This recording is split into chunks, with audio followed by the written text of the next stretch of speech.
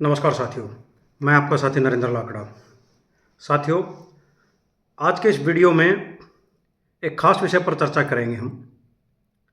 एक कानूनी पहलू है कि कॉन्ट्रैक्चुअल कर्मचारी, डीटीसी का कोई कॉन्ट्रैक्चुअल कर्मचारी क्या इन कोर्ट केसों के ज़रिए, अदालतों के ज़रिए कभी कोई स्थायी हुआ है, पक्का हुआ है। इस वीडियो में इसी बात पर चर्चा करेंगे साथियों। दरअसल मैं एक जानकारी आप सबके साथ इस वीडियो के माध्यम से साझा करने के लिए उपस्थित हुआ हूं कि हमारे एक साथी संवाहक हैं डीटीसी में, कॉन्ट्रैक्चुअल डेथ केस पे लगे थे और उन्होंने कोर्ट से लड़कर अपने लिए न केवल स्थायी होने का आदेश पारित करवाया है, बल्कि उनकी ज्वाइनिंग तिथि 2010 से, उनकी ज्वाइनिंग तिथि से सभी लाभ, वरिष्ठता, प्रमोशन वगैरह का सारा उस साथी समाहक को देने के माननीय अदालत ने, लेबर कोर्ट ने, जिनको हम इंडस्ट्रियल ट्राइब्यूनल बोलते हैं, वास्तव में आम भाषा में लेबर कोर्ट कह देते हैं, तो लेबर कोर्ट से एक कोर्ट केस का फैसला आया है। एक समाहक साथी हैं नवीन डागर, वो डेथ केस पे लगे हुए थे। 2010 में डीटीसी में उन्होंने ज्वाइन किया था कॉन्ट्रैक्ट पे। 2018 में उन्होंने लेबर कोर्ट में केस फाइल किया और वो 7 साल की लड़ाई के बाद लेबर कोर्ट से उनके हक में फैसला आया और उनको उनके सारे अधिकार देने के सख्त निर्देश माननीय न्यायालय ने दिए।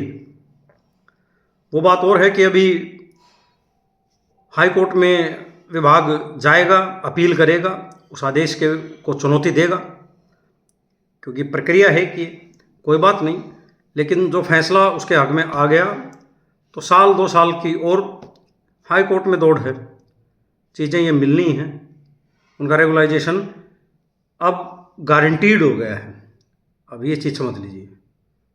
दूसरा, जो अवार्ड उनको पैसे का मिला है कि उनकी ज्वाइनिंग डेट से सेम वर्क सेम पे के अनुसार जो स्थायी कंडक्टर को वेतन 2010 में मिलता था, हर साल जितना जो वेतन स्थायी कंडक्टर को मिलता था, और उस कॉन्ट्रैक्चुअल डीटीसी के समाहक को जो वेतन मिनिमम वेज दिया जाता था, उसके बीच में जो अंतर था, उस अंतर के अमाउंट को, उस राशि को, पिछले 15 साल की वो राशि उस कर्मचारी को 1 महीने के भीतर प्रदान की जाए।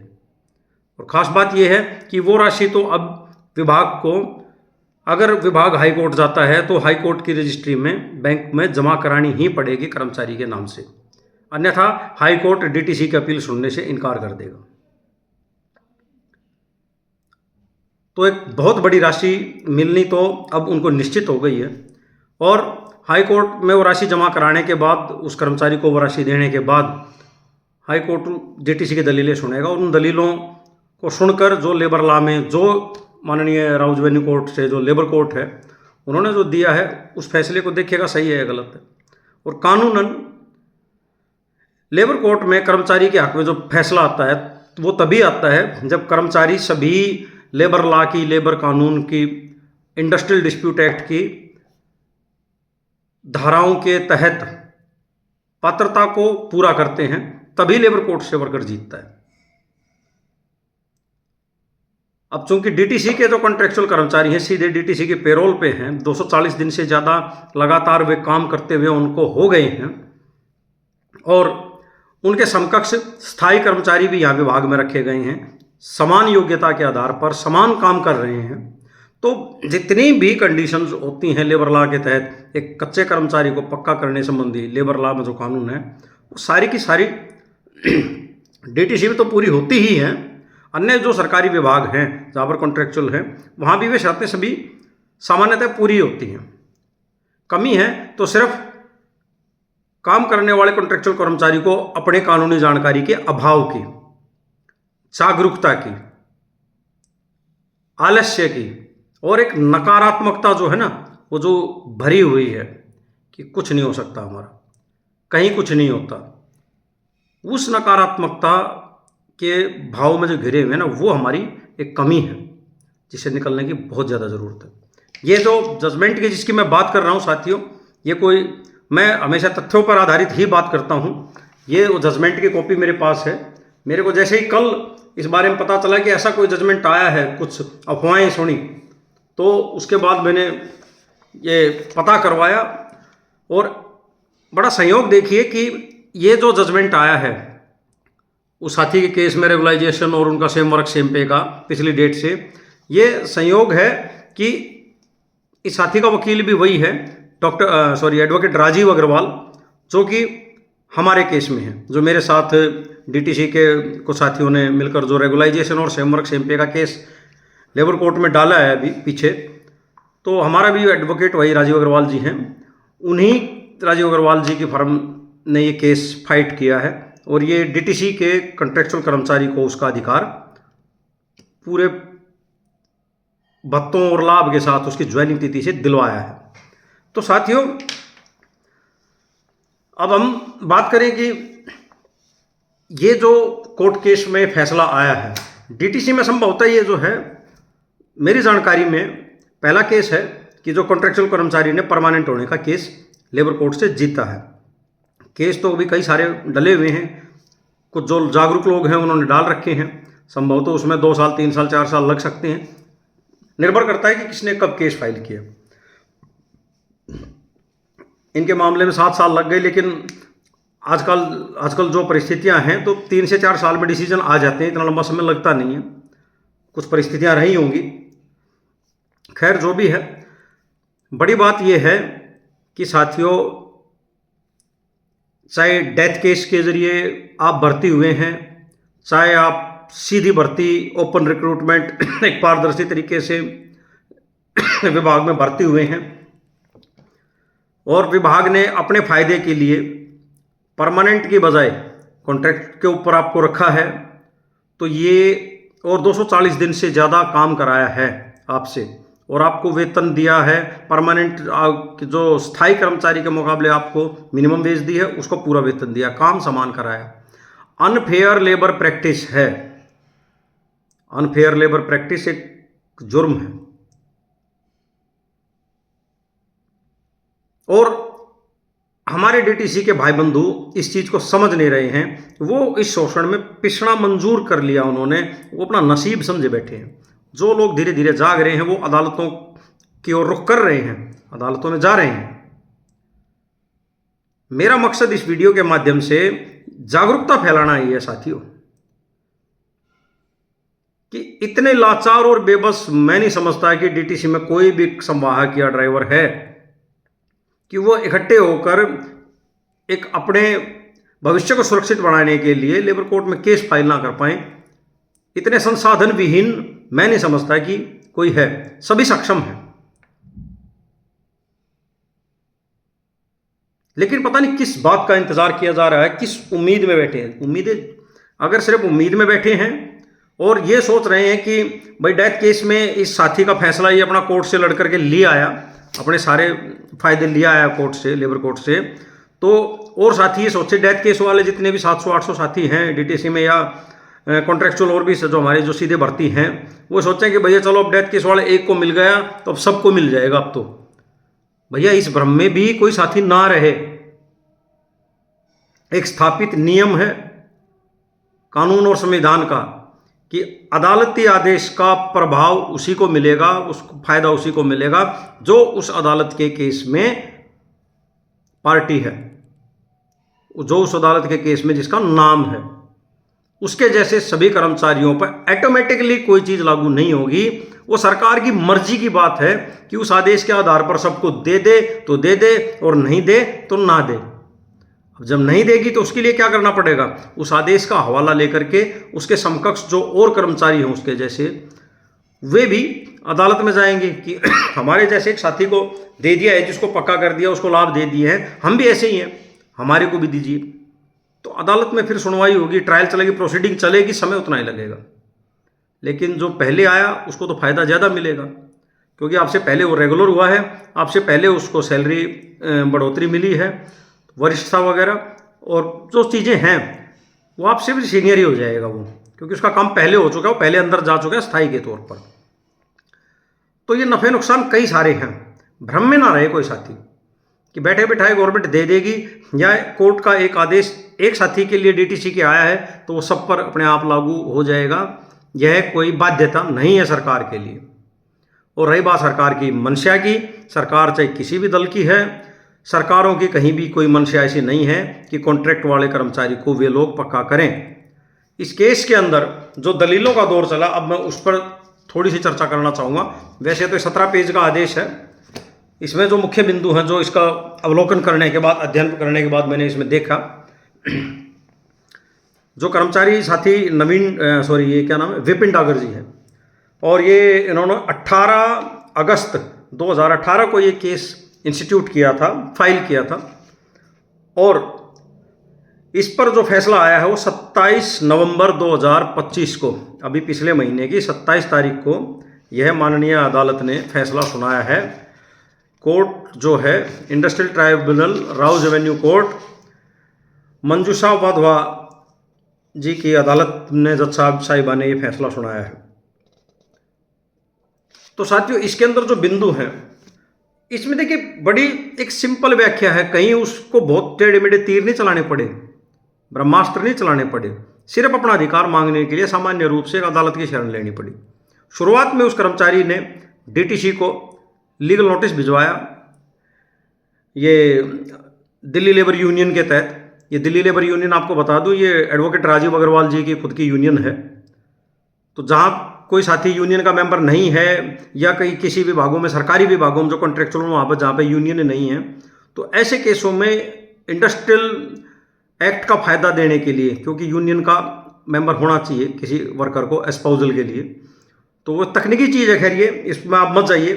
तो एडवोकेट राजीव अग्रवाल के जरिए नोटिस भिजवाया, मांग भिजवाई कि श्रीमान जी, मैं 2010 से लगा हुआ हूँ, 8 साल मेरे को सर्विस हो चुकी है, मैं डेथ केस पर यहाँ डीटीसी में आया था, मुझे कॉन्ट्रैक्ट पर लगाया गया है, मैंने यहाँ 240 दिन से ज़्यादा की सर्विस कर ली है, और नियमानुसार मैं यहाँ पर एक स्थायी कर्मचारी की हैसियत पा चुका हूँ, लेकिन आपने मुझे वो स्थायी कर्मचारी की हैसियत दी नहीं है, स्टेटस नहीं दिया है।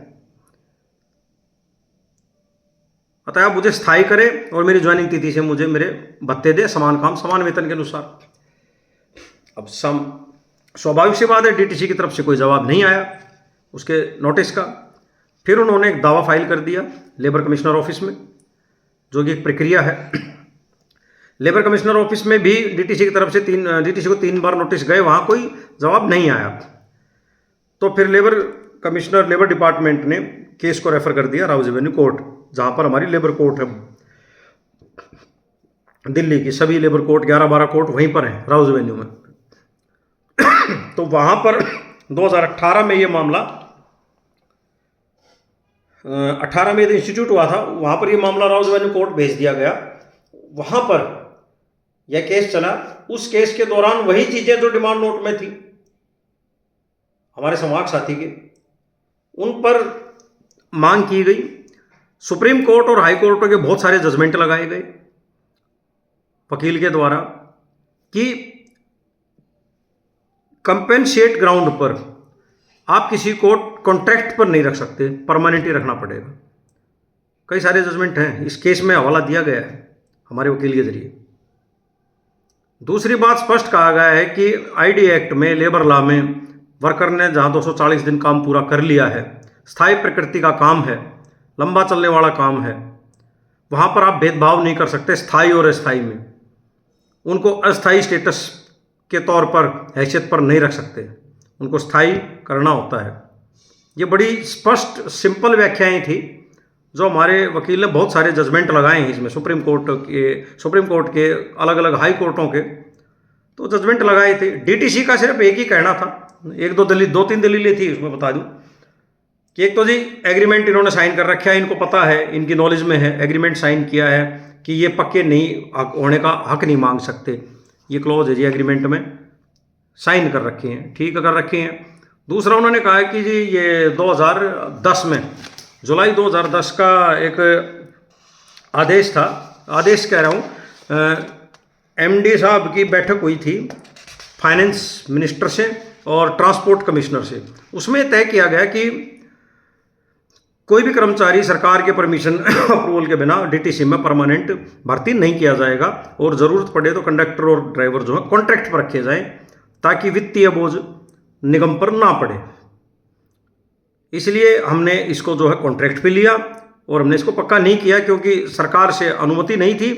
और तीसरा पॉइंट उन्होंने कहा कि सिर्फ 5% का कोटा डेथ केस वाले वर्कर का है, तो वहाँ पे सीट वैसे भी खाली नहीं थी, वैकेंट पोस्ट नहीं थी और परमानेंट पोस्ट डीटीसी में कोई नहीं थी 2010 में कंडक्टर। तो ये सारी दलीलें, 3-4 तरह की दलीलें जब डीटीसी ने दी, लेकिन वे सभी दलीलें साथियों सुप्रीम कोर्ट के जजमेंट, हाई कोर्ट के जजमेंट और संविधान की धारा जो ये सेक्शन 2A में जो बोली गई है वो इसमें मेंशन थी, मैंने पढ़ा था, छोड़िए उस चीज़ को, ज़्यादा बारीकी में नहीं जाते। 10th शेड्यूल में ये 5th शेड्यूल के 10th आइटम में सेक्शन 2RA, ठीक है, इसके तहत माननीय कोर्ट ने कह दिया कि आपकी ये सभी दलीलें जो हैं ये अनफेयर लेबर प्रैक्टिस हैं, क्योंकि जो ये धारा मैंने आपको बताई है ये इंडस्ट्रियल डिस्प्यूट एक्ट में मेंशन है कि किस कर्मचारी को कितना काम करने के बाद स्थायी करना ही होगा, उसके आगे कोई कॉन्ट्रैक्ट, कोई एग्रीमेंट, कोई कुछ भी मायने नहीं रखता। तो साथियों अब इस केस का जिक्र मैंने आप सबके सामने किया। केस नंबर है 70/2018, POIT नंबर 70/2018 और ये 27/11/2025 को ये जजमेंट आया है अभी।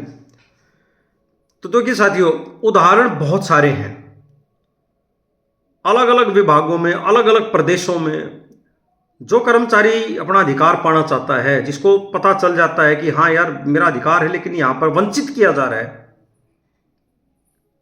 सरकार के द्वारा, विभाग के द्वारा, किसी भी संस्था के द्वारा, कि मुझे वंचित किया जा रहा है, हम लोगों को वंचित किया जा रहा है, ये हमारा राइट है, लीगल राइट है। जिस प्रकार आपको जिंदा रहने का अधिकार है ना, उसी प्रकार आपको यहां डीटीसी में स्थायी होने का भी अधिकार है।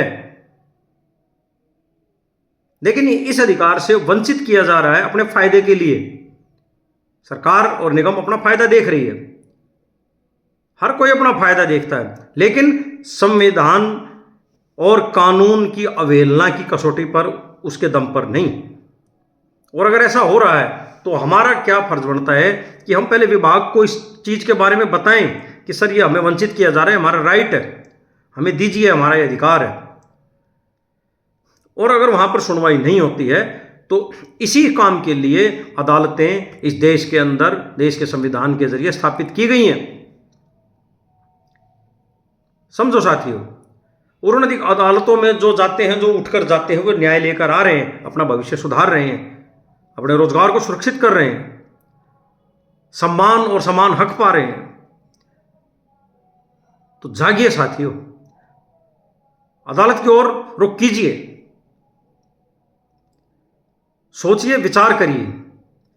बहुत बड़े संसाधन नहीं लगते हैं, लाखों रुपए की फीस नहीं लगती है, जो फीस लगनी है वो लगनी है। मिलजुल कर लड़ेंगे, इकट्ठे होकर जाएंगे तो आर्थिक भार भी बहुत ही कम पड़ता है। तो कुल मिलाकर के समय है साथियों। अब ये जो साथी संवाद, जो भी रेगुलाइजेशन के ऑर्डर हुए हैं, समान काम समान वेतन की, इसको बैक वेजेज ज्वाइनिंग डेट से, अब ये जिस समय इन्होंने केस किया था ये लगभग 29-30 साल का था, आज ये 37 साल का है। लेकिन अब इसके सर पे से तलवार हट गई है कि पता नहीं क्या होगा भविष्य में, क्योंकि सुरक्षित हो गया है भविष्य इस आदेश के बाद। इसको अब ये पता है कि 1 साल में, 2 साल में कोई बात नहीं, हाईकोर्ट तक की ज़्यादा से ज़्यादा अब दौड़ बची है निगम के पास, होना कुछ नहीं, अब इसके फेवर में सारी चीज़ें हैं, ऑर्डर आ चुके हैं सारे, ये यूं के यूं रहने। पैसा इसको पहले ही मिल जाना है हाईकोर्ट में, जैसे ही डिपार्टमेंट पैर रखेगा हाईकोर्ट में इस ऑर्डर के खिलाफ, तो पैसा लेके जाना पड़ेगा उसको। तो दोस्तों विचार करिए, जागरूक बनिए। मेरा यही उद्देश्य है इस वीडियो के माध्यम से कि जागृत होइए, उठिए। और ये आपका सौभाग्य है कि अभी तक आप डीटीसी की पेरोल पर हैं। वो सौभाग्य मैं इसलिए कह रहा हूं कि वो सौभाग्य उसका ही, वही समझिएगा अपना, जो इस मौके का फायदा उठाकर समय रहते कोर्ट में केस डाल देगा। उसके बाद आप पूर्णतः सुरक्षित हो जाएंगे। और 1% ये विभाग कोई कुछ अगर चला भी देगा तो भी आपके हित, आपके राइट प्रभावित नहीं होंगे। जिस दिन फैसला आएगा आप निगम के कर्मचारी ही होंगे, उनको लेना पड़ेगा, चाहे पोस्ट हो चाहे ना हो, चाहे बसें हों या ना हो। सुप्रीम कोर्ट के एक नहीं कई जजमेंट क्लियर कट कहते हैं कि लेबर लॉ में परमानेंट करना है तो करना है। आपने कि कहीं आउटसोर्स कर दिया, आपने ताला लगा दिया डिपार्टमेंट को, कुछ भी नहीं हो। नाम अगर निगम का है, सरकार का है, तो उनको उस कर्मचारी को पोस्ट ना होने के बावजूद भी पोस्ट क्रिएट करके एकोमोडेट करना पड़ेगा। क्लियर कट आदेश।